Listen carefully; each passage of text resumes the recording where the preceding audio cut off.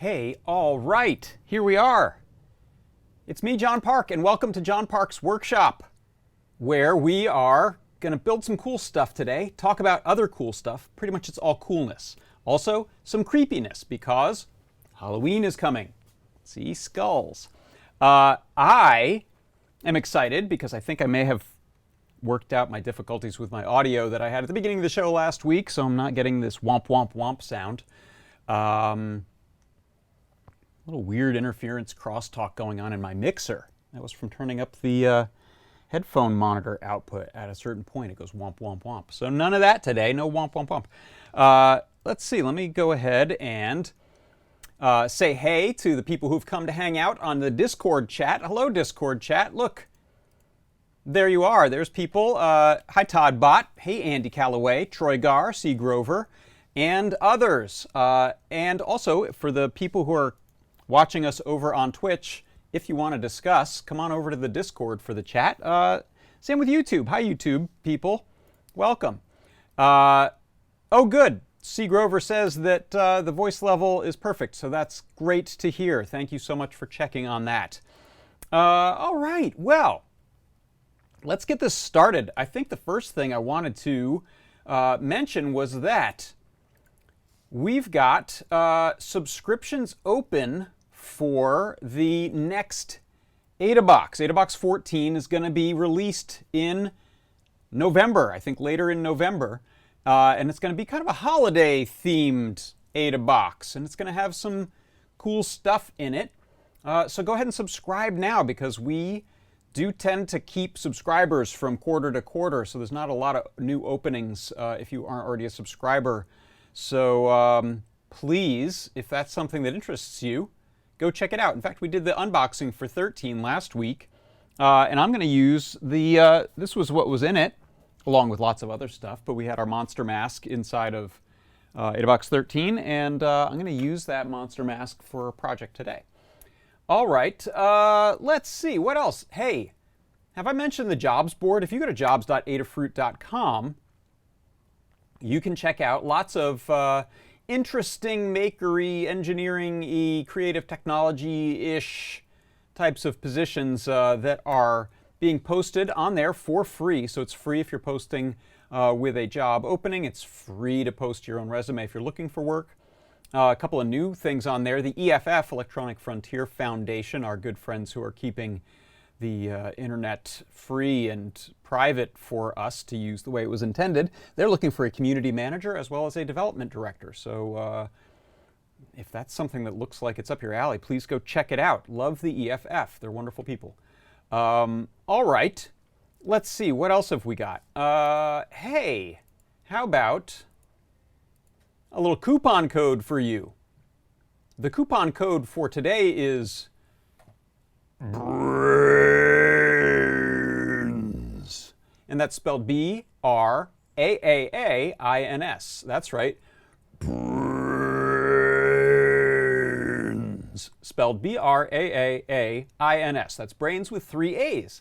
And that's going to get you 10% off in the store. If you head to the Adafruit store, you might find some cool stuff. In fact, that's my little note to myself, my little cue, the segue to say, what's the product of the week? What have I picked this week as something that I think it's so cool that it should be mentioned right here during this very broadcast? And that is the Halloween M4. The Halloween M4 is a sort of next generation version of our Halloween M0, which was the AdaBox last Halloween, I think AdaBox 9, is that right? And this new one uses, as you might guess, an M4 chip. It's also got a higher resolution, so it's got more power, more memory, more speed, higher resolution screen. It's now a 240 by 240 TFT IPS, viewable from lots of angles. A notably higher resolution than the previous, I think, 128 by 128 we had. Or was that 120 by 160? I don't remember now. And it's also got this added coolness of NeoPixels around the edge. Check it out. I'll go to my overhead view of this because that's how cool it is. Look, there are NeoPixels. It's not just an eye that's looking at you, but it's also making a statement. So there are 4 NeoPixels. These are these 90-degree angle NeoPixels along the edges, little SMD, tiny ones, and those just enhance it, I think. We've also still got the capacitive touch sensors down here at the bottom that can be used to trigger things. We have JST connectors for stemma, I2C devices, as well as external buttons and switches and relays and things like that. Feather headers on it, so you can connect feather wings to it. So that's the product of the week pick, and you might want to go and check it out right there in the store, in the Adafruit store. I think it might be sold out at the moment because, you know, Halloween is coming, but you can subscribe to be notified when it comes in stock. So please go check it out. All right. Well, hey, this brings us to a little moment of joy that I like to call the Make Code Minute. Won't you check it out?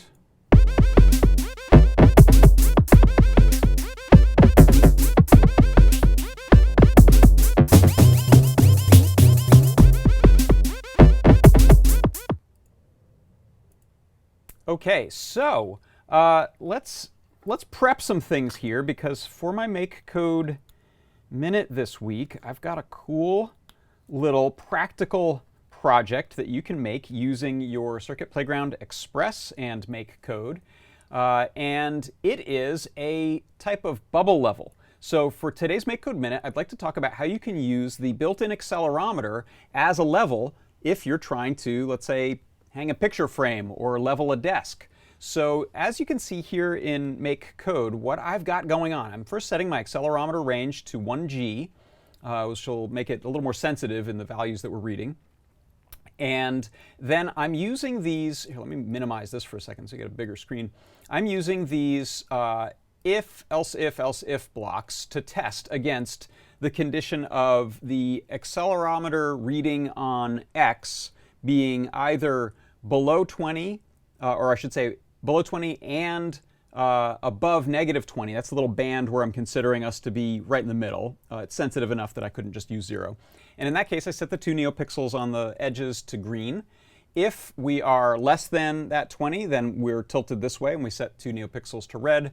And the opposite is true. If we're greater than negative 20, we'll go in the other direction. You can see right here in the simulator that I can tilt the little virtual Circuit Playground Express to test this out.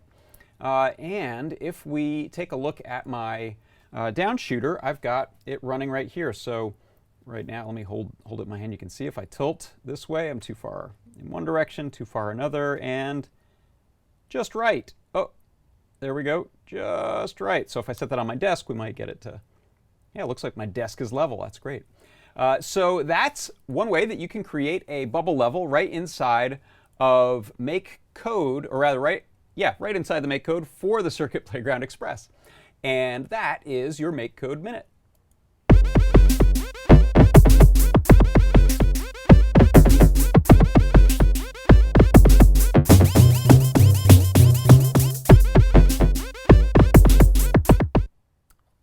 And you know, another thing you could do if you wanted to take this up another notch is to use the y-axis as well. So that would be, you know, for 2 axes of level, kind of like what you find on a fluid head for a camera tripod rig, something like that, where you want to check a couple of angles. So I wanted to keep this one simple and succinct, but it would be a nice extension of the project to go ahead and add yet another axis to that.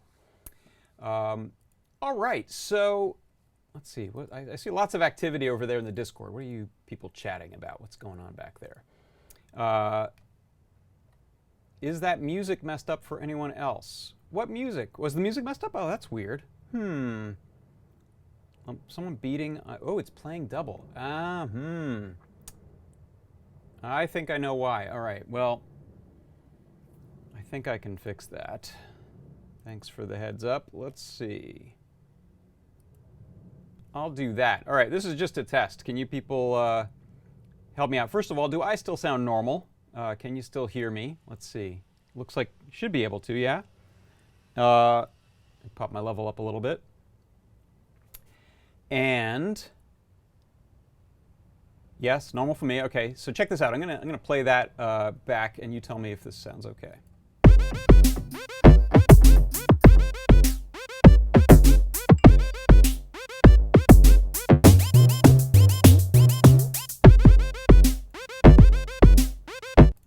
was that? Did that sound right? Yeah, okay. Good, good. Thank you, Maker Melissa. Hi.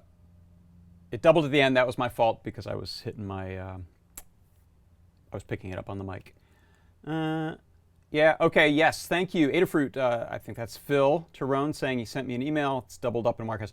Yeah, I was outputting over my USB, not that anyone cares about this, but I was my USB audio interface mixer instead of over my Max speakers, which is what I normally do. All right, yeah, someone said it's standard operating procedure. You change and fix one thing, you break another. So hopefully that's all good now. We'll find out next week if I don't monkey with anything. All right, now what I wanted to do is talk to you about the MakeCode arcade game pick of the week. And this is kind of a mega pick. So are you ready for a mega pick? Let's move that out of the way.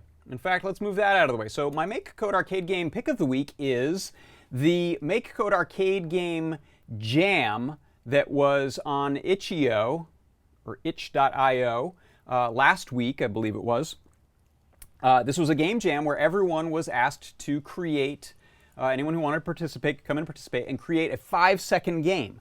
Had to be 5 seconds. You can see if you're watching the little counter there at the top, every time a game starts, it only has 5 seconds for the player to figure out what the game is actually about and then try to beat the level, and it just goes back and lets you try again if you don't.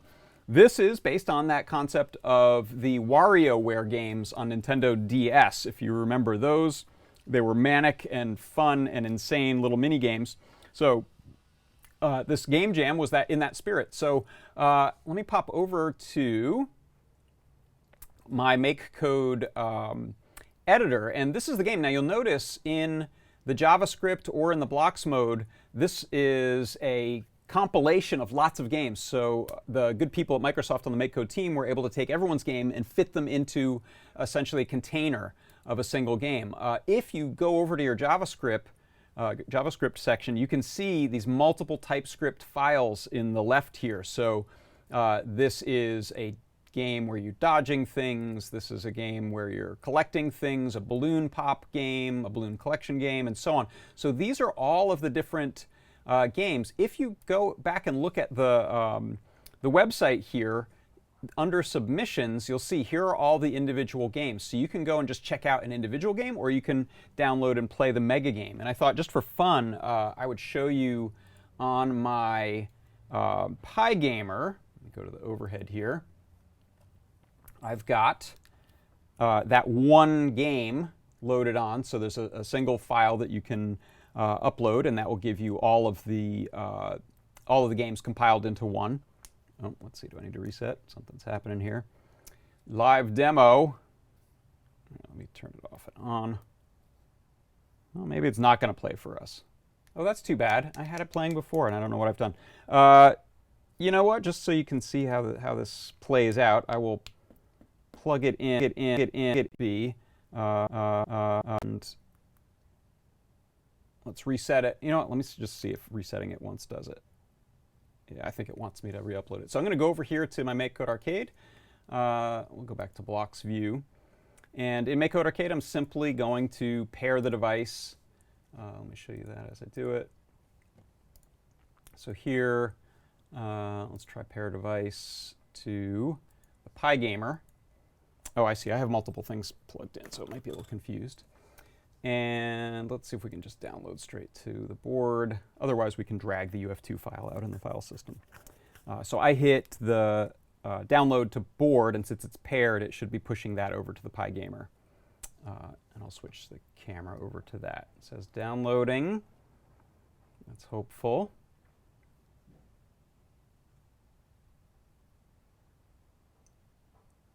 It's done it. All right, so here on my down shooter, we can see it just told me cross, so I have to cross the road. Oh, I just bit it on that one. All right, so let's try again. Get over there. All right, so it gives you usually a one-word instruction, then you wait out the 5 seconds. So it says avoid. All right, I'm going to avoid all these dudes coming at me. Good job, I made it. All right, so this one, some of these you just have to figure out by context. So there's guys with swords, and then there's happy little yellow creatures. So I'm going to guess I want to collect the happy little yellow creatures. Oh, try again. All right. Collect as many of them. Good job.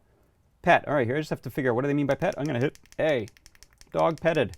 So I recommend you check this out. Go. I'll put the link in a blog post about this, but you can also go ahead and just check for either the Last Make Code newsletter, a little plug there. In the Last Make Code newsletter, we mentioned the Game Jam. You can just Google itch.io Microsoft Make Code Game Jam, and then, like I said, I'll put a blog post with the link in it. And go check out either the individual submissions or grab that whole thing and play it. It's lots of fun. So that is the Make Code Arcade Game of the Week pick, which is a multi-pick. It is the Game Jam pick. So please check it out. All right. So I think that brings us to our... oh, someone said there was a stutter. Everything's going weird, huh? Does everyone see a stutter? Let's see if I click back on that. Probably not. Yeah, thank you, Adafruit. We got the max headroom glitching going on here. I love that. In case you're wondering why I'm doing that, there's max headroom. So let's now get into it with the project of the week. So for the project of the week, project build, I've got a little something for your Halloween entertaining. And this is an idea that Mr. Lady Ada found, I think, on like the Today Show blog or something like that. And the idea here is to start with a decorative skull of some kind and add to it deli meats. And that was the basic idea in the original form that we saw. So what we decided to do is try to take this up a little bit in both food safety as well as entertainment value. So I don't know that I trust this very inexpensive craft store styrofoam skull that's been painted with some darkening paint here. I don't know that I trust that to be food safe, so I'm not going to lick it for sure. And I'm not going to apply deli meats to it that I then expect people to eat. So the first step in what I'm going to do here is to add saran wrap. So I just took some saran wrap and wrapped up this skull. Pull this out. And I've duct taped it or gaffer taped it to a tray here so it doesn't move around too much, but I'll lift it up. So you can see, so I've both wrapped it in saran wrap as well as cut out some key areas where we're not going to place the deli meats. And in order to keep the wrap sort of tucked in nicely in some of these skull details, I'm using some little toothpicks, cocktail skewers, to push in the saran wrap into this styrofoam skull.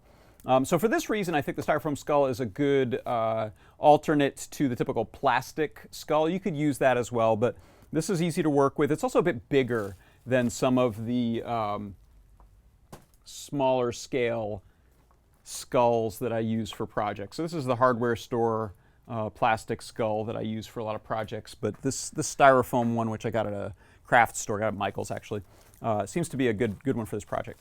Now you'll see I've also added the Halloween, and I'm using from the AdaBox 13 kit. We had the Halloween as well as the lenses and the acrylic lens holder kit, which, once it's fixed, has these two slots for adding your 3/4 inch elastic and tri-glides so you can wear it like goggles. So I thought that'd be a good, easy way to affix that. You could also use screws or toothpicks or hot glue. There's a lot of ways that you could add that, but I thought this would work well. And then I've gone ahead and put another layer of saran wrap around that so the meat isn't going to touch any of those parts. And then I cut out spaces just for the lenses so those will look nice. Here you can see I've put a very tiny pupil. It's actually the demon eyes in our graphic download kit that Phil B made, and I've just modified the pupil size to be small and round instead of the slit dragon style, and I'm not animating the texture back there, so it's mostly just these weird red beady eyes, which I thought was cute for our skull. So now A couple other things I'll talk about with the setup. So I've got a tray here, and I'm going to go ahead and add meat to it. And I've got some variety of meat, which gives us a lot of different strange-looking, muscle, face meat looking stuff. So I've got some prosciutto, mortadella, capicola, and calabrese salami.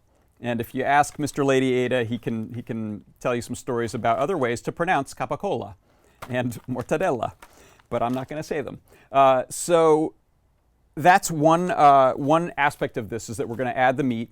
And then another aspect, which we may, if we have time, get into, is that you can see here I've got some Jell-O, and I'm not going to turn this around yet, but that Jell-O is actually made in a little inexpensive brain mold. And again, you can get these at craft stores or online.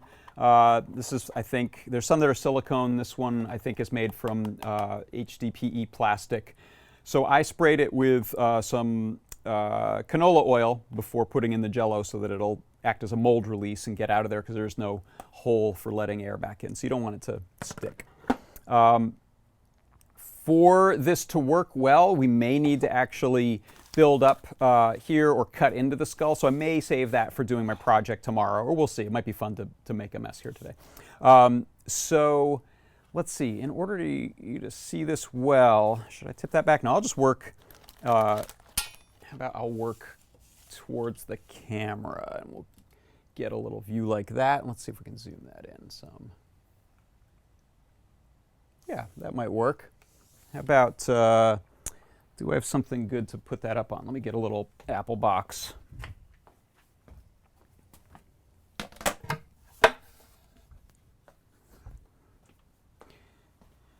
And this might also be a good project to add a little dry ice to. Could be a fun way to step things up. And then I've got some nice crackers to put around it, so your guests will be well taken care of. All right, so now I think I'm going to lay down a foundation of the prosciutto, and it's going to smell nice in here, and I'm going to get hungry. So we can start off. I think what I'll do is I'm going to tear this, or I may need to cut it, but I want to tear this into strips that are a little thinner. That's nice. I better eat that. So that we can get started going across. And so what I want to do is I want to leave some space for, let me turn this around for me for a second.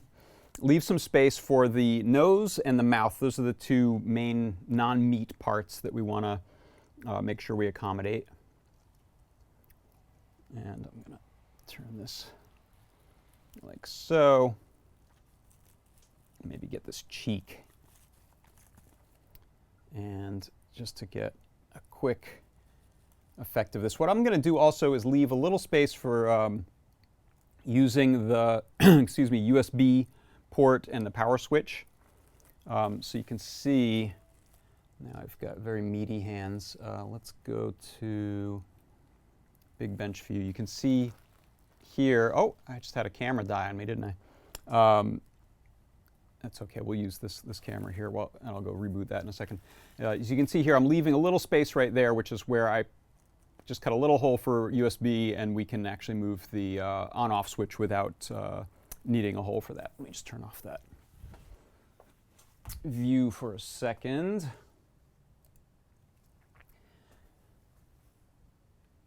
And it's not even that hot here today. I will tell you, at some point I want to upgrade these cameras, because that's a pain. All right, so now take a look at this guy. How about we arrange him like that? Oh, that'll work well. All right, I'm going to just prop him up with a spare brain mold. There we go. All right, that's disgusting already. Now, you can, it might be a good idea to go ahead and use the prosciutto to cover large swaths, and then we can go back with capicola and other meats to add kind of gross, diseased-looking blotches. Nothing against those other meats. But you can see that gives us a good foundation. Let me zoom in there a little bit. Yeah, look at that, huh? That is really gross. I love this. All right, so now I'm going to continue on with a layer of prosciutto.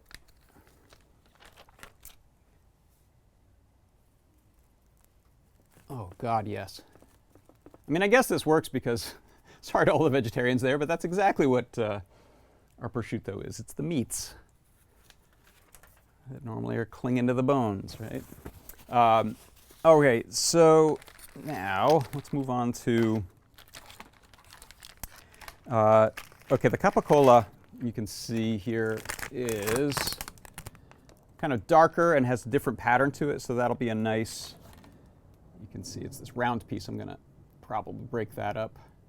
And we just get different coloration and different patterns there. So let's add that right there. Just work that on a little bit. There, yeah. Huh? So now we'll also want to get some under the teeth here. So I'll go back to our friends, the prosciutto. When did this turn into a cooking show? That's what I wonder. Again, good question for Phil Torrone. All right. So we'll lay in some jaw meat there and maybe overlap that with the torn off bit. Oh yeah, you get a nice little fold there, and I'm going to run that up there. I can use some capicola again for that. And I washed my hands before this. I think that's kind of goes without saying for any kind of food prep, but if you are going to be expecting people to eat this, please stay sanitary before you go.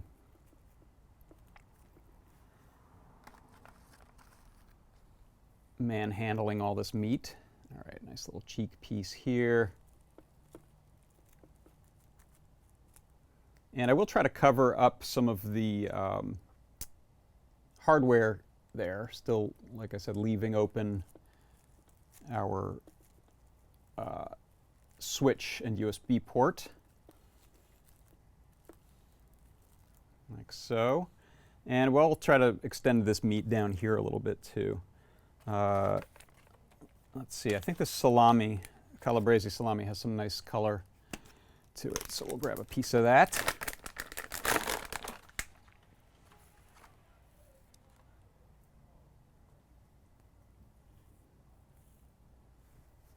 Oh my God, this smells good.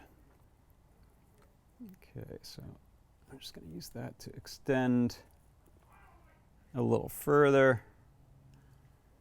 There and there.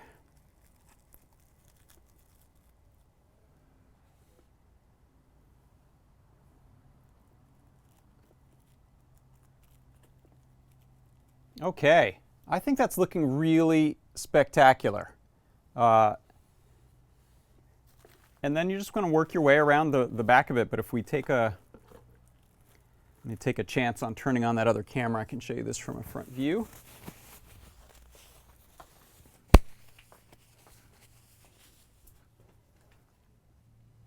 Are people on Discord discussing wine pairings with this? Yes. That's great.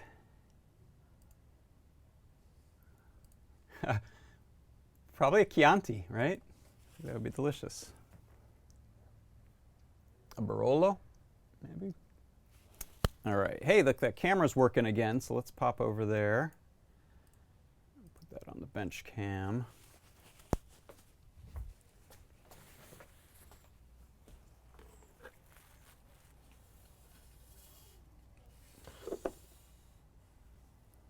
Send this guy back up. There you go, huh? Looking pretty good. You know, the red eyes, maybe that might work. Oh, he just lost a piece of meat. Careful, guy.